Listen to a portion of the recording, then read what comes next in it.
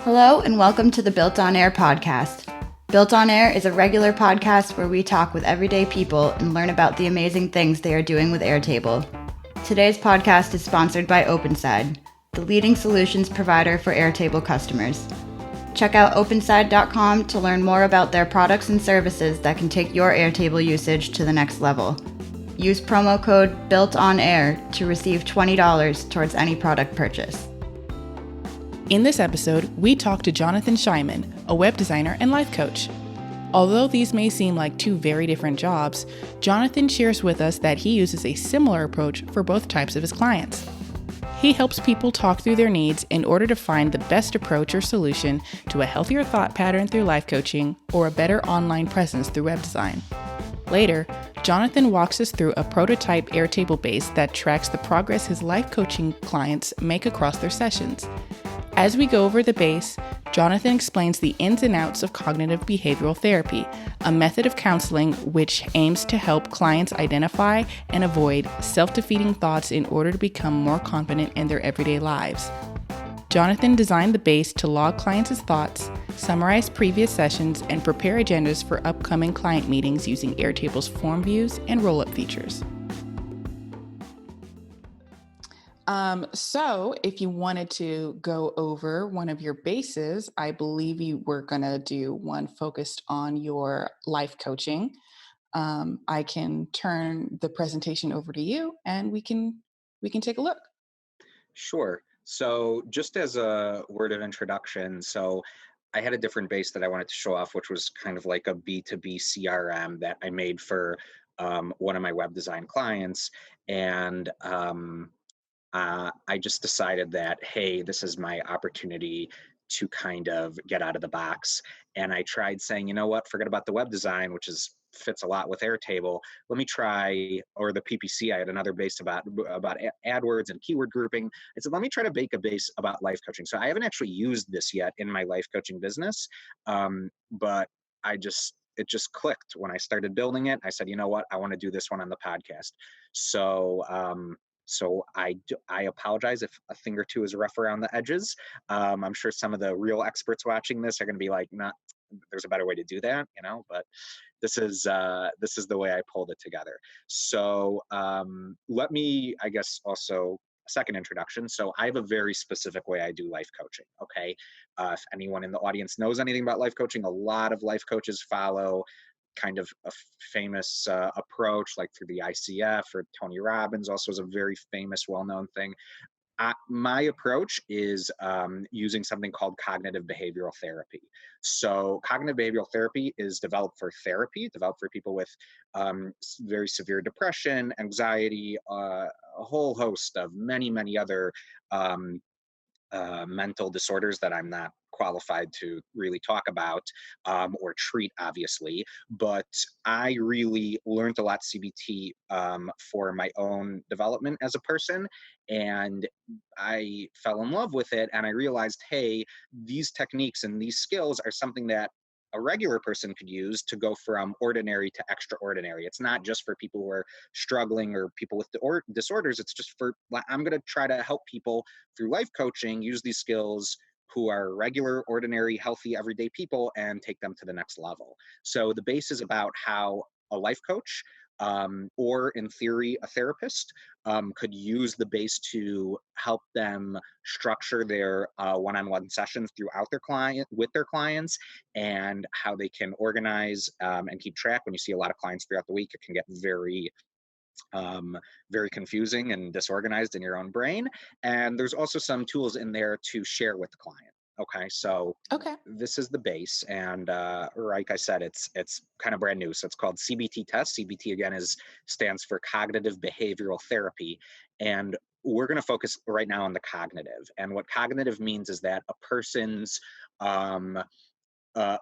feelings in life, right? Their emotional health is based on the way they think. Cognitive means cognition is an approach to thinking. So, for example, Okay, so let's say everyone in the I don't know about everyone, but a lot of people in the audience are Airtable builders. And let's say you got hired for a gig to build a client an Airtable base so that they can automate their business, all the typical stuff, right?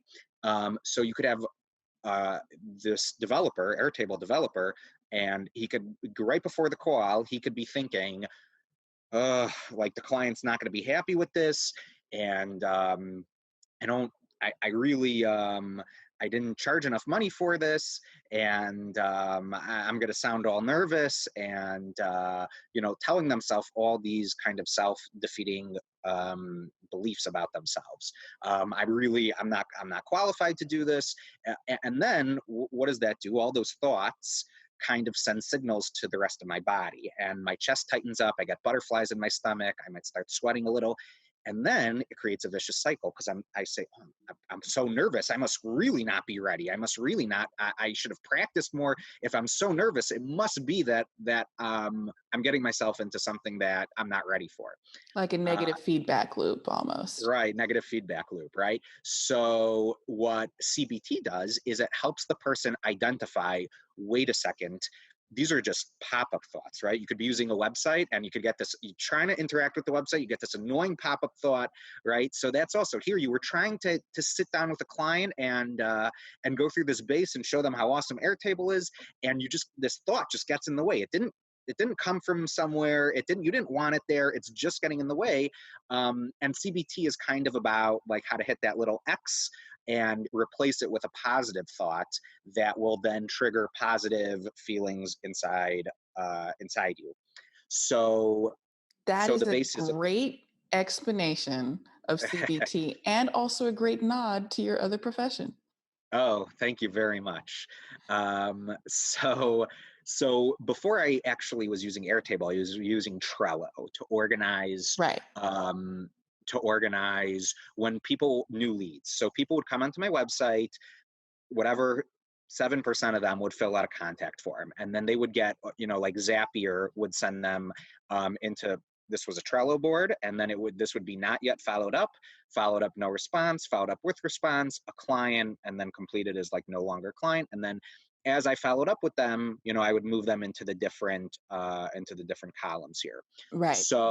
So we're going to pretend that Benji, I just signed up with Benji. This is basically, actually, let's close that. So usually when someone fills out a form on a website, there's name, phone number, email address, and message. So here, while I'm following up with the person, I don't really care about all the other things I've linked to them. You can see here, I basically turned off everything besides for when they first contacted me. I can use that in my knowledge of following up with them and what was their original message. So the person wrote, I need a coach. These are all fake data. So I need a coach to help with my son. I do a lot of work with teenagers. Okay, so then I close them. They move into client. Now, once they move into client, I have a new view here. And this just shows, you can see here in the filter, it just shows clients, because the rest of the base is about the clients that I'm currently working with. If the person, like this person, Benji, is only showing up because of what I just did in my lead funnel. So I'm going to basically come back to this table, and I'm going to jump into the sessions table. So let's pretend, you can see here, this is a test, because really this should also be showing really only my current clients. So I could pull in like a lookup, and then and then build a filter on the lookup. But I'm trying to show off, normally a life coach works with multiple clients. So kind of just as an example. So, so these are all my sessions, and they're grouped by clients. So whenever I have a new session with a person, I can just hit this plus, and they're auto-populated. This normally would be also like the auto-created time, but again, because this was fake, I wanted to put in various dates to make it look a little more normal. So I switched it to the date, or also this would be automated. So this would be the name of the record would be filling it as an automated. So here I can put in the agenda. And basically the way, when you're a life coach or a therapist, I assume, you look at last week's session, and you try to also, it reminds you of what all the sessions have been with working up towards today, and therefore I can, based on what happened last week, I can create what I think will be a good agenda for this week's session. Okay. And then after the session, I can fill in a summary of how the session went, and I can also write in plans right then for my next session, which then the next week I can use to create a new agenda, or these two might end up being kind of the same, whatever. There's just a little extra room there to write additional notes. I'm also going to show how clients can actually submit things throughout the week, so that can also change my agenda. Because like this, I would fill in right after the previous session. Agenda, I would fill in right before the session. Here, I'm going to delete this just so it doesn't kind of interfere with the other things that we're going to be talking about. Okay, now let's jump into what would happen during a session. So this is the thoughts. Let's actually go here to log a thought, okay? And I have here this, this is what I give to the client. So, so you can see here, basically, this is a master of all the thoughts. And remember, CBT is all thought-based. So this is a list of all the thoughts that come in that I'm working on with my clients. This master list doesn't really do much for me in practicality, but I create a form view, and then I send this to the client, and you can see here in the URL, the user is hidden, pre-fill user, and user submitted, and that equals Benji. So that way each client doesn't have to select their name, or like if, you know, they don't see like other linked records, which might show that, I mean, it depends how you build it, but like it could show them other clients' names, which is obviously helps with privacy. Right. So issues. So this way, it just saves them a step. I send them this link, and I know every time they submit a thought in their thought record, thought journal, whatever, it's logged correctly in Airtable under their name. Right. So here they would, let's say they have a podcast that they are going to get on about, I don't know, whatever it is. A lot of my clients are in high school, so let's say they have to give a speech in front of their class. So they would write into their form, you know, I'm going to blow it. Everyone will laugh. Oh my gosh. I do that all the time. At me. Okay. Then the different ways to do CBT, but with the next thing that I like to do with my clients, depending on what part of the journey they are in, is seeing what categories this thought falls into. So usually when we tell ourselves something negative, it's like blown out of proportion, or it's not taking everything into account, or it's even a judgment that we don't even know if it's true or not. And the better we can categorize and identify what pattern this negative thought, it's another type of,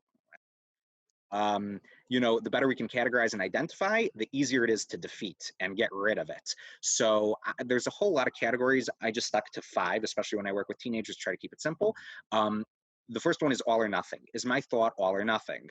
Well, it is a little bit all or nothing, because what does this mean? Everyone will laugh at me. Let's say there's 30 kids in my class. Even if one kid doesn't laugh at me, now it's not everyone. And there's a difference between everyone laughing at me and some kids laughing at me. And I'm going to blow it, you know. I wrote, okay, whoops. I can see I'm a little nervous with all my typos. So, you know, usually when someone gives a speech, it's not a 0 and it's not in 100, right? And when you say, I'm gonna blow it, you're convincing yourself that you're gonna get a 0, right? I don't even care about what the teacher gives you. I'm just talking about for your own confidence in how you're gonna present. You might make mistakes. You might forget one of your sentences. You might drop your slides, whatever. It doesn't mean you got everything wrong. You blow it as like a 0. So, you know, I would tell a client that's an all or nothing thought. Future telling. This is a clear future telling. You don't know whether you're going to blow it, right? You're getting yourself all nervous for something that you don't even know if it's going to happen, right? So this is called future telling. Okay, mind reading. So I'm going to change the thought just to show an example of what mind reading would be. Is everyone will think I'm stupid, right? Typical thing with teenagers and adults. And no one can ever know what's going on in someone else's mind, right? So this would be a classic example of mind reading, now that I switched it. Filtering is, I'm going to move through these a little bit quicker now. Filtering is kind of similar to all or nothing. It's like discounting the positive, right? You know, a more accurate summary might be, I'm going to get some things right, I'm going to get some things wrong, whatever. So you could call this filtering, because I'm only focusing on what might go wrong. Magnifying. So again, classic. I mean, I picked a thought specifically that checks all the boxes. Some of them do, some of them don't. Magnifying is when I take something and again, I blow it out of proportion. So here I have an old feel. So old feel is like, what am I feeling when I think this thought out of 10? Well, I feel like a 2, So I say, okay, here are all the ways I'm lying to myself. I'm all or nothing thinking, I'm future telling, I'm mind reading, magnifying. So and my new thought might be is, I don't know what others, I'm just going to say it out so I don't waste time. I don't know what others are going to think. I know that I've prepared for this and I'm going to do the best I can, right? Or I know that I've given presentations in the past and not everyone laughed at me. And the more I give myself new thoughts, the more I'm going to feel like a 5, and then I'm going to feel like a 6 and a 7. And if I, after a lot of practice and a lot of hopefully good coaching sessions, you get to the point where saying, I'm going to do amazing, right? I've done this, I've practiced, I know my stuff. And if people laugh, it's because they don't get what I'm saying. It's because they're not smart enough to understand my great presentation. And I feel like a 10, and then they hit submit. And again, at the beginning, they're like 1s, and maybe the new feel will get them up to a 3. And hopefully after a few months of coaching, they start off at like 4s and 5s and they end off at 10. So it's a progressive growth. So they hit submit. Okay. So now let's say my example today is all about Benji. So Benji, this would be Benji's list of all the thoughts he had throughout the week. So you can see here, if the user submitted as Benji and the session is empty. So here, when I sit down to either write my plan for today's session, or maybe I didn't make a plan or whatever, I see all the thoughts that Benji logged this past week since my last session. Okay, there's none here, but let's say I look at them, and then as I look at them, which one here, session. So I log it into today's session because I'm now going over it with Benji. I'm saying, okay, tell me what happened. Tell me how you fought your thoughts. Tell me, was it an easy process? Was it a hard process? The whole coaching process. And then I give him maybe better examples, or I said, well, you left out mind reading. This is classic mind reading, whatever, the whole coaching process. And then I can log it into that day's session, right? And that way, when I go into sessions, so I can see the thoughts that Benji had last session, okay? And I can see the thoughts that he had the previous session. And that, again, helps me build a roadmap for Benji on what to do this upcoming session, what our agenda should be as we go forward. And I try to help him more and more defeat his self-defeating thoughts. Right. Okay, so then as the weeks and months go on, I want to show Benji his progress, and I want tools for myself to try to figure out Benji's patterns. The better I can understand Benji and the way his brain works, the better I can help him come up with new thoughts, or help him find other things that are holding him back, whatever it is. So another thing which I didn't mention earlier is, and I'm skipping a lot of the CBT manual here, but a lot of negative thoughts, or these automatic thoughts, pop-up thoughts, whatever you call them, you can build a pattern based on them. So if the thought is always about how I'm not going to succeed and I'm going to fail and people will laugh at me, maybe those all come together in a core belief. And a core belief is a super, super simple self-judgment. So the self-judgment might be, I'm stupid, or I'm inadequate, or I'm unlovable, or just something real, like foundational to the way I understand myself. Okay, so again, as I look through, and here I could do like on my master list, let's say after I look over today's session.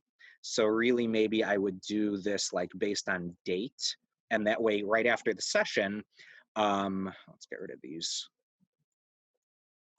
So right after today's session, I can look at all the ones we just logged, and I would probably do, like, filter it by Benji. And let me move this, and I would write what pattern I think it can fall into. And I can either use one of the previous ones or obviously add a new one here. I just, as an example, I write, I'm a failure, I'm inadequate. And that way, again, as I plan and try to help Benji in the long term, I can go to Benji's patterns. And Benji's patterns are grouped and then subgrouped. So I can see, like, let's say I toggle everything closed, collapse all. I can see how many thoughts have fit into I'm inadequate versus I'm a failure. And then after a month or two, or maybe a little bit longer, I can say, Benji, I'm seeing this pattern that you really think you're inadequate. Where do you think that comes from? How do you think we can specifically focus on building you new thoughts that talk about how adequate you are?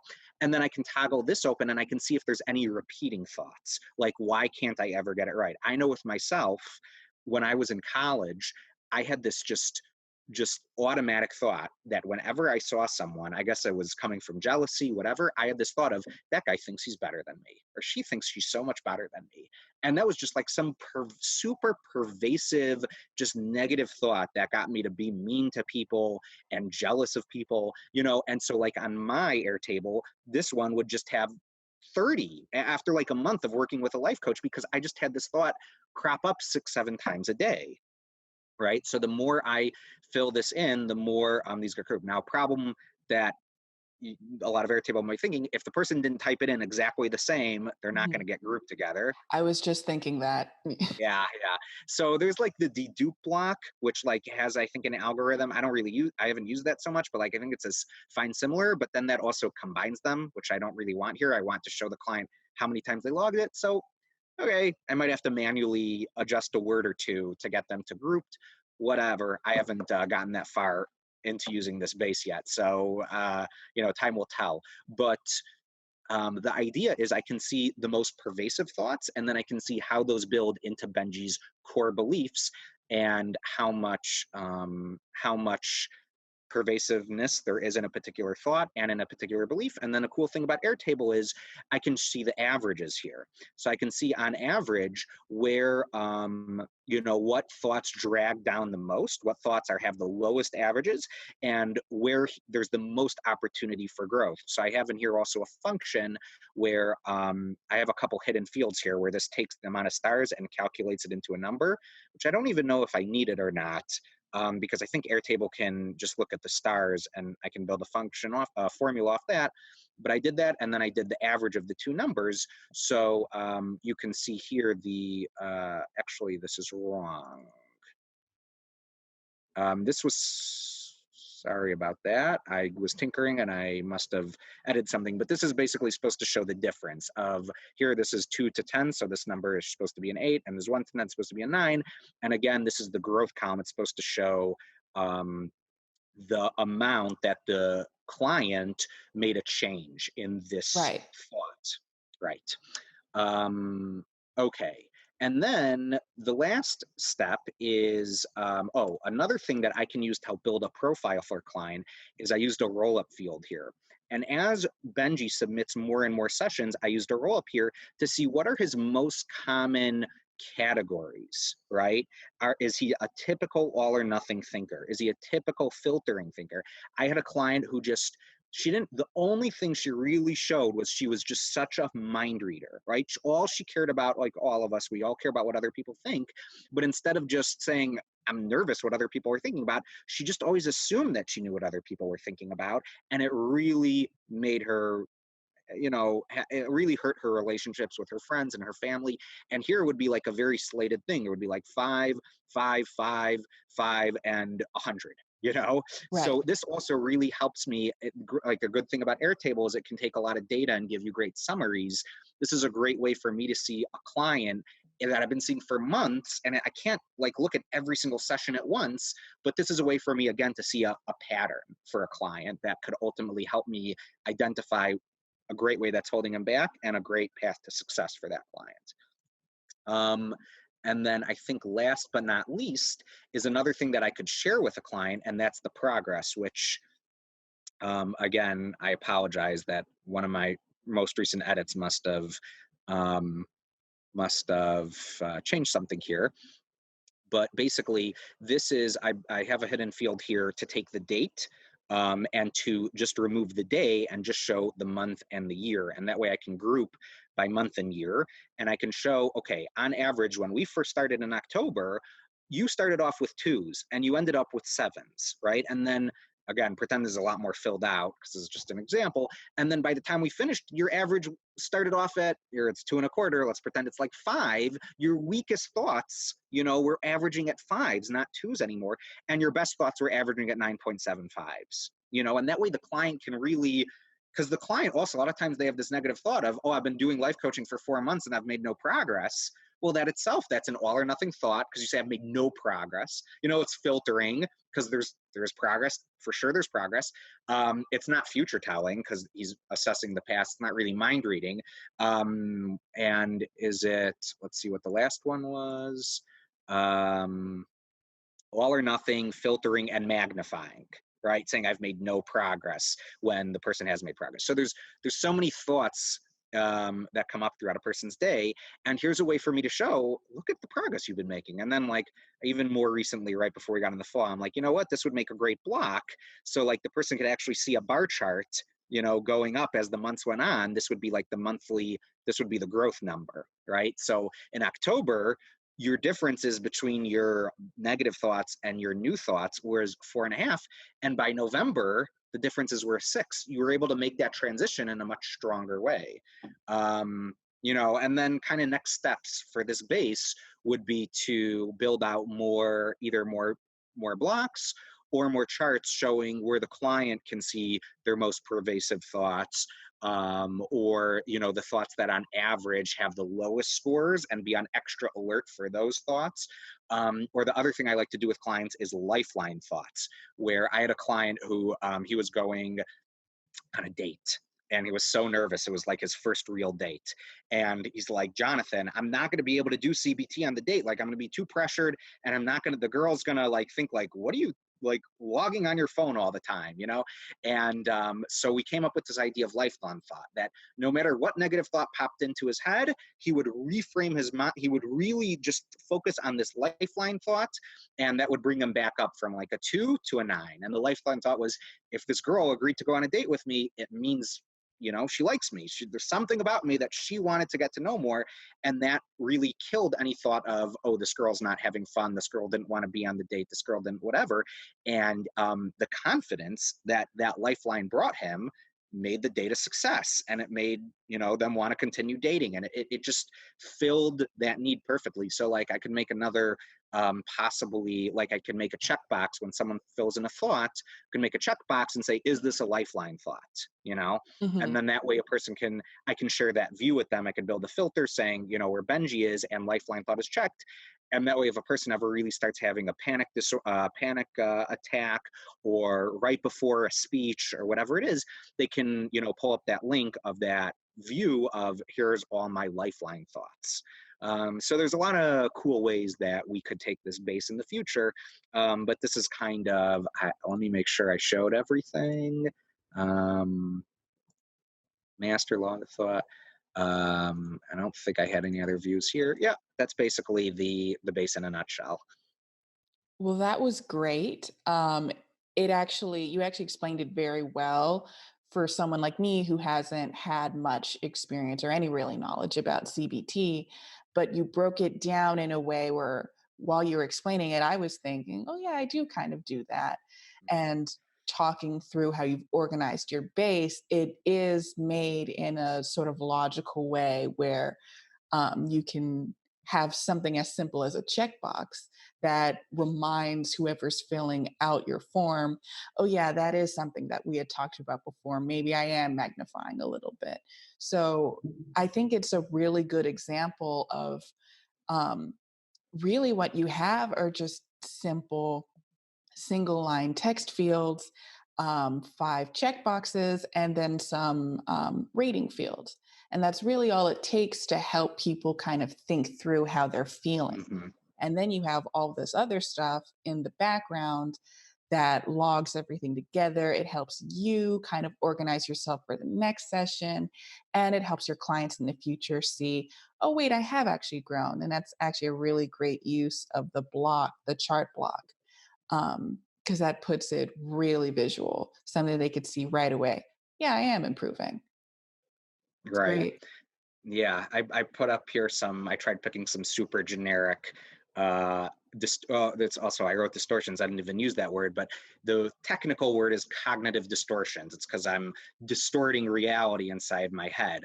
So like I tried to pick ones that might be relevant to Airtable geeks. So some people are just like locked up with technology all day. I don't have a social life, or the client's going to hate this. I know I've had that with Airtable. I had a big presentation. I'm too scared I'm going to fail. I'm in way over my head. I know I've had this with Airtable. Why can't I get this right? Like they're just not linking and rolling up the way I thought they should be. Here's some more personal ones. I'll never get through all this work. I have that one on a consistent basis. And like where some people, this will suck out an hour of their work. Like, let's say they sit down and they just start thinking about how they're never going to get through it. They could waste 20 minutes just in anxiety. And if they just spent 30 seconds saying, Jonathan, I got this. I know how to use Airtable. I got forums to help me. I got a Facebook group to help me. I'm going to get through this. That takes me from a 2 to a 7. And all of a sudden, I'm like twice the amount of efficient. Like I'm double in terms of efficiency. So, one of my favorite quotes is from Abraham Lincoln. He says, if someone gave me 6 hours to cut down a tree, I would spend 4 hours sharpening the saw. It's kind of like what CBT a lot of times is about, just good preparation so that I'm going in this with like a frame of mind that's accurate. Forget about positive. Just stop lying. I just got to stop lying to myself that I'm not capable of doing this and I don't have time and my clients are killing me and whatever. So, I hope, people see a new side of Airtable and see hopefully maybe first side of CBT also. I hope so too. Thank you so much for joining us and explaining everything so well and so thoroughly so that we could all understand it. Is there any way our audience can reach out to you, or if they're interested in hiring you for either of your services, either web design or through life coaching, is there a way they can get in touch with you? Sure. So my web design is a great name for a website.com. It was I wanted something catchy and easy to remember. And so I picked I had a friend whose email address was, this is a really long email address @gmail.com. I love it. So I stole his idea when I was looking for a domain name. So that's a great name for a website.com. My website for life coaching is focused is focused specifically on teenagers, just because that's the way that's where I focus my Google AdWords on. But a lot of times, either I'm working with parents of teenagers because the teenagers are refusing to talk to me, but I've also just had tons of, nothing to do with teenagers or being a parent of a teenager. But so don't get turned off from the website, but the website is trueesteemcoaching.com.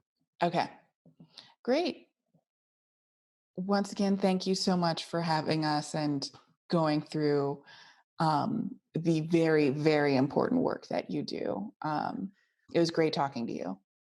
Thank you so much, and thank you to all the listeners. I said I'm pretty new to Airtable, and I'm definitely new to this podcast. So I appreciate everyone who's kind of built it up until now, and I just look forward to learning more as time goes on.